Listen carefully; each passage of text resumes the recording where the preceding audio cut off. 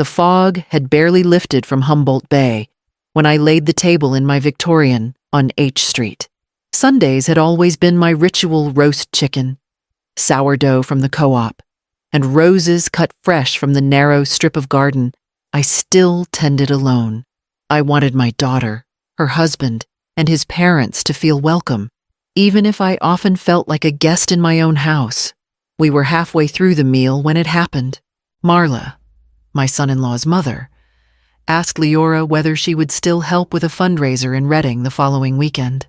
I reminded her gently that we had already planned a bookbinding workshop together at my studio, something she had promised months ago. Leora set her fork down and looked straight at me.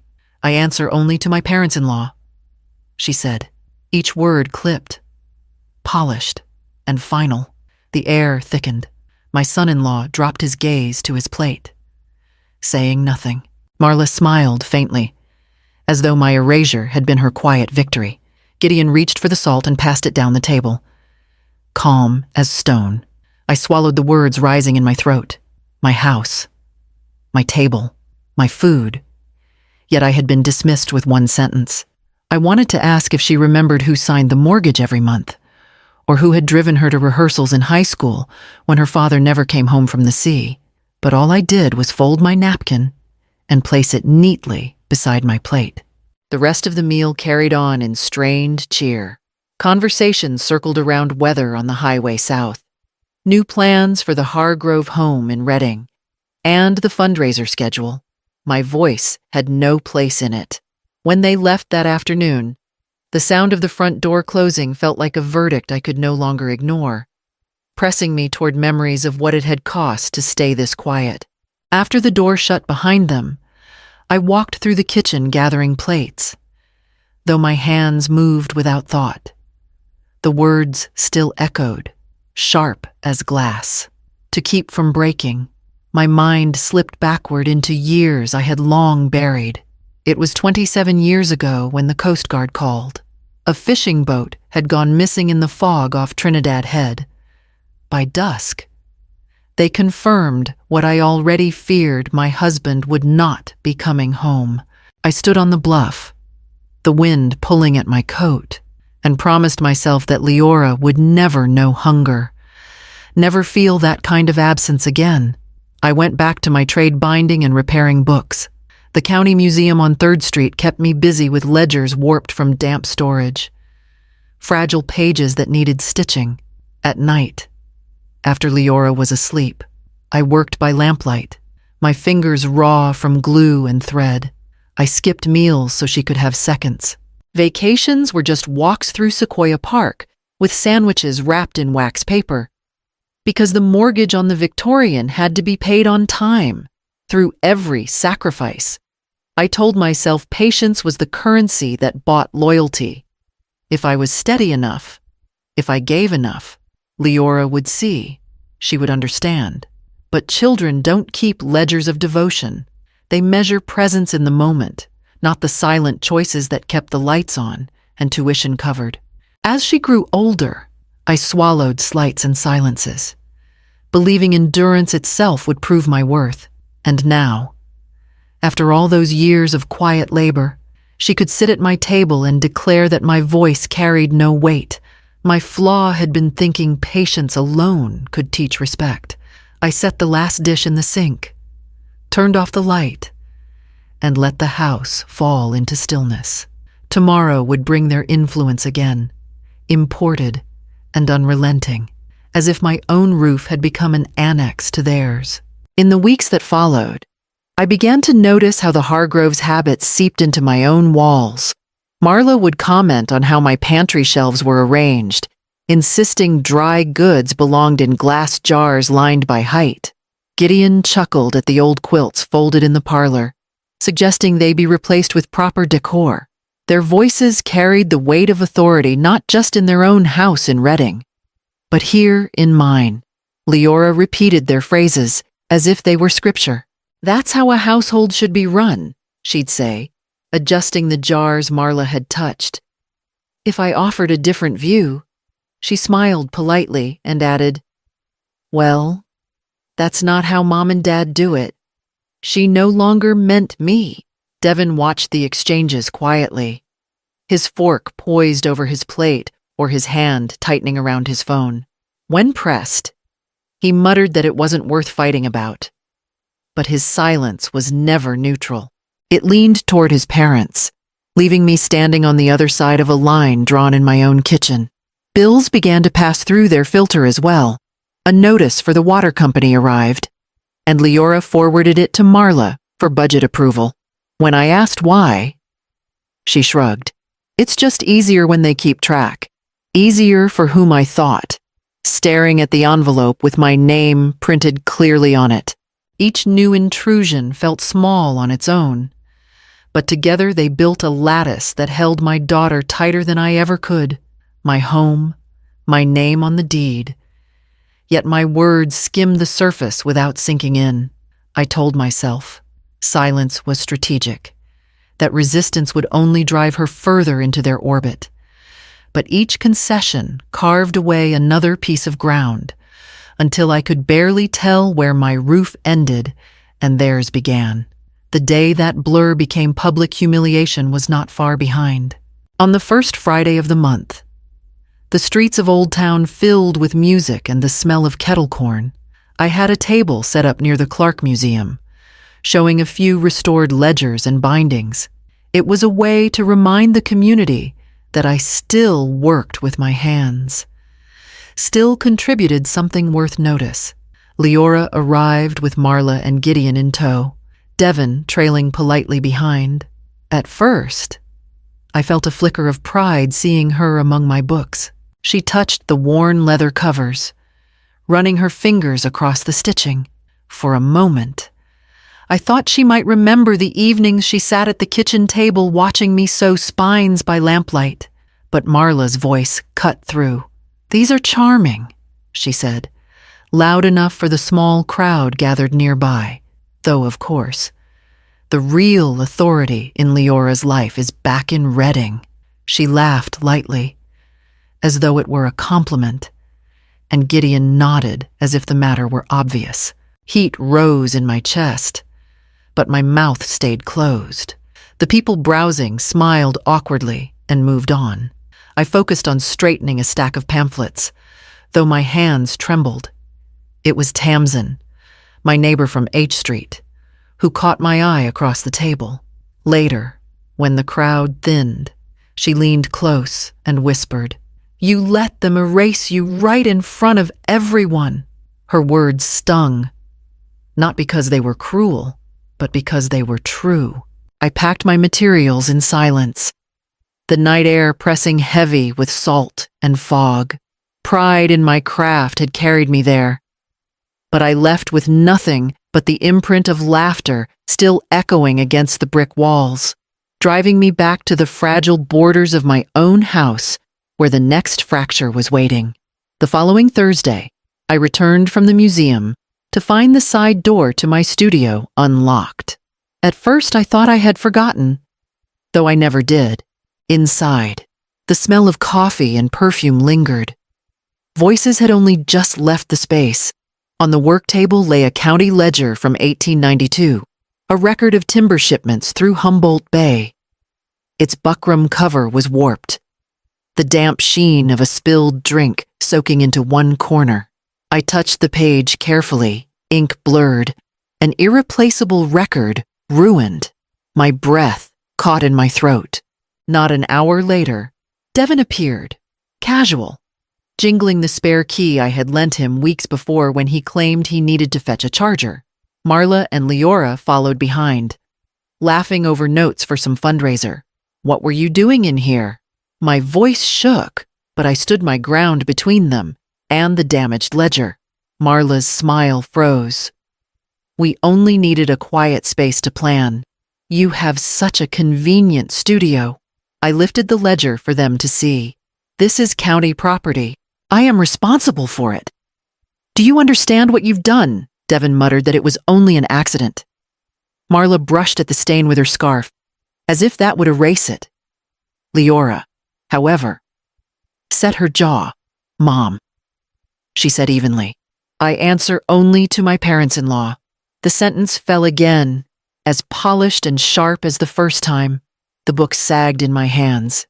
I wanted to shout, to demand how she could measure me so little after all the years I had carried her through storms, debts, and grief. Instead, I replaced the ledger gently in its box, closed the lid, and snapped the latch. No more words came. They gathered their papers and left as if I were a housekeeper whose complaint was beneath them. When the door shut, I sat at my desk, staring at the ruined corner of history. That night, I lay awake, knowing silence was no longer protection. It was complicity. The next morning, I made an appointment on F Street with an attorney, whose card I had kept for years, waiting for the moment I finally admitted I might need him. Nate Arceniega's office sat above a bakery on F Street, the smell of bread rising through the floorboards. I clutched a folder of documents, the mortgage, the deed, the utility statements, all with my name alone. My hands sweated against the paper, as if the ink might blur under my touch. Nate was younger than I expected, though steady in manner. He studied each page carefully, tapping his pen against the deed. Mrs. Winslow, you are the sole owner. That means control of this property rests with you. Anyone else staying here is a guest, and their continued stay depends entirely on your consent. The words should have steadied me, but they pressed heavier than I imagined. I had never thought of my daughter as a guest. She was blood of my blood, the reason I kept this house at all. He leaned forward. Utilities, phone plans, streaming accounts, you're carrying them all. That gives you leverage. If boundaries are being crossed, you are within your rights to end services or remove individuals from those accounts. As for the house itself, you can change the locks. California law allows it, provided you handle belongings reasonably and avoid confrontation. I nodded, swallowing the sharp edge of grief. It feels cruel. I admitted. It isn't cruelty, he said firmly. It's clarity. Authority and responsibility travel together. If your authority is denied, then so is your obligation. He outlined steps: inventory personal belongings, photograph every room, store items securely, and issue a written notice of terms. Each instruction sounded less like battle and more like survival. Walking back down F Street, the folder heavy in my arms, I felt the strange dual weight of power and sorrow. I had the law at my back, yet the cost of using it meant drawing a line across my own child. That evening, I drafted a letter in my kitchen. The words came slowly, each one tasting like ash. But when I signed my name, the pen felt steadier than it had in years. I folded the paper, slid it into an envelope, and set it aside, waiting for the moment I would finally need to send it. The next morning, I rose before the fog cleared from the bay. Nate's words had carried through the night. Steady as a metronome, authority and responsibility traveled together. I knew what I had to do. I began with a notebook, moving room by room, recording every item that belonged to Leora and Devon. Clothes in the cedar chest, toiletries in the upstairs bath, the tablet left charging on the nightstand.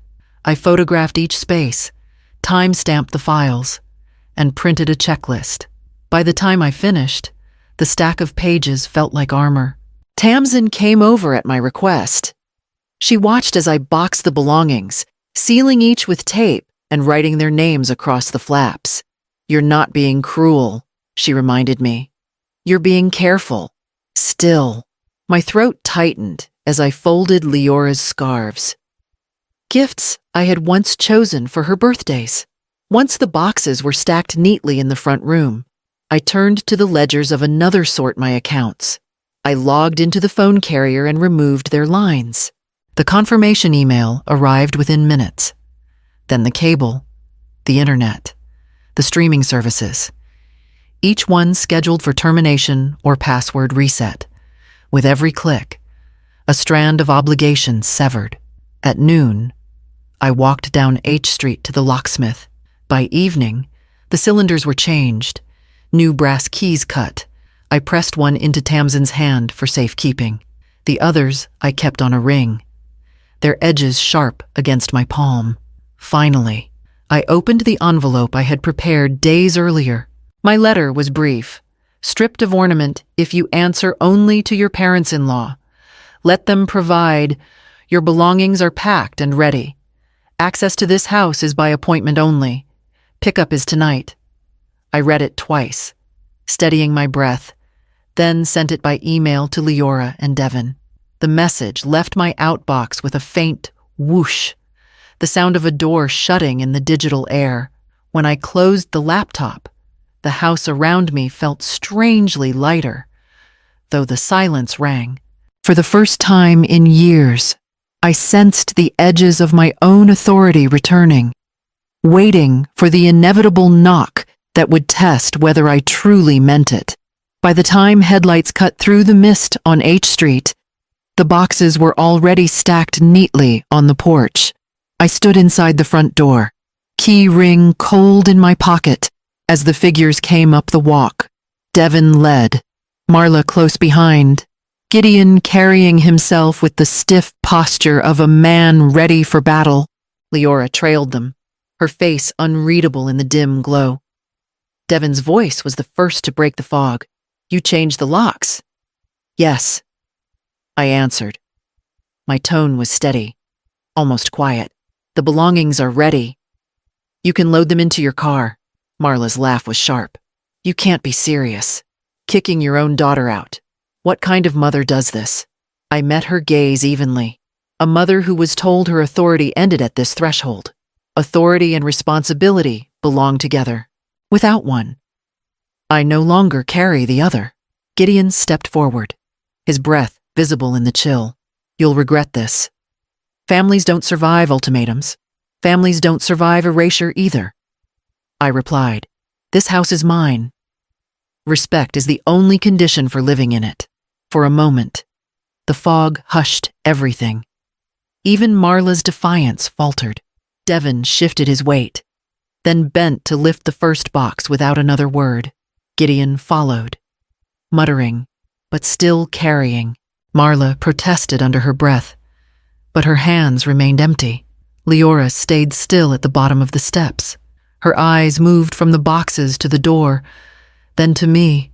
I thought she might speak, but no words came. I only nodded, offering no anger, no plea, just the boundary I should have drawn years ago. When the last box was loaded, Devon closed the trunk with a hollow thud. They drove away into the fog, tail lights swallowed by the night. I locked the door behind them, leaned against it, and listened to the silence. The house no longer carried their voices, only the echo of my own decision, and in that quiet, the cost and the clarity of it settled over me, waiting for what silence would teach next. The morning after they left, the house felt hollow, but not hostile. I brewed coffee and carried it into the studio, where the damaged ledger still sat boxed on the corner table.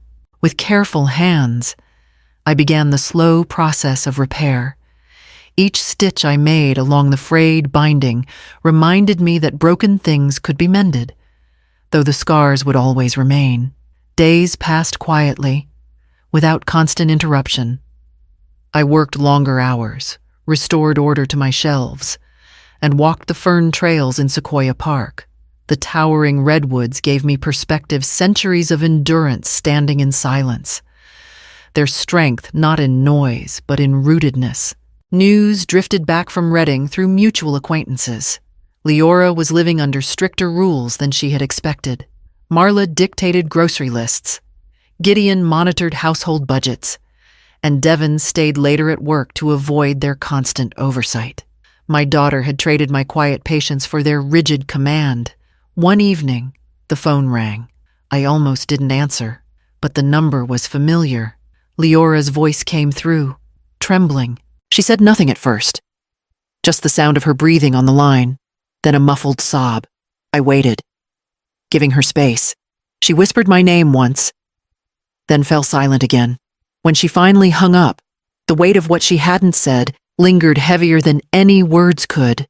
I set the phone down gently, staring at the brass keys on the counter. I did not rush after her or beg her to return. Love had become something else now. Provision, yes, but provision with boundaries. I would not rescue her from lessons she chose. And so I waited, knowing silence itself was shaping the next door she might one day ask to open. It was a bright, windy afternoon when I saw her figure at the end of the walk. Leora stood uncertain, her coat pulled tight, hair caught in the gusts off Humboldt Bay. She carried nothing but her own hesitation. When I opened the door, she didn't step forward right away. Her eyes were red-rimmed, and for a long moment, neither of us spoke. "Finally," she said, "I was wrong." Her voice cracked. I let their words become mine. I let them erase you. I let her words settle before answering. "This house is not a prize to be claimed. Leora, it's my life's work. If you want to share it, there must be terms." She nodded quickly, almost in relief, as if conditions were better than silence. I laid them out as clearly as Nate had taught me: no outside keys, no accounts in anyone else's control, no dismissing my authority under this roof. Respect was the price of belonging here. Tears slid down her face, but she held my gaze. "I accept," she whispered. "I don't want to live anywhere that requires me to vanish to be loved." I reached into my pocket and placed a single new brass key in her palm, the head stamped with a small H for H Street. "This one opens the door," I told her, "but it also closes it if respect is broken again." Her fingers curled tightly around the key. For the first time in months, I saw not defiance, but recognition. We stood in the doorway, the wind pressing against our backs, and I let her cross into the house under terms that were mine at last.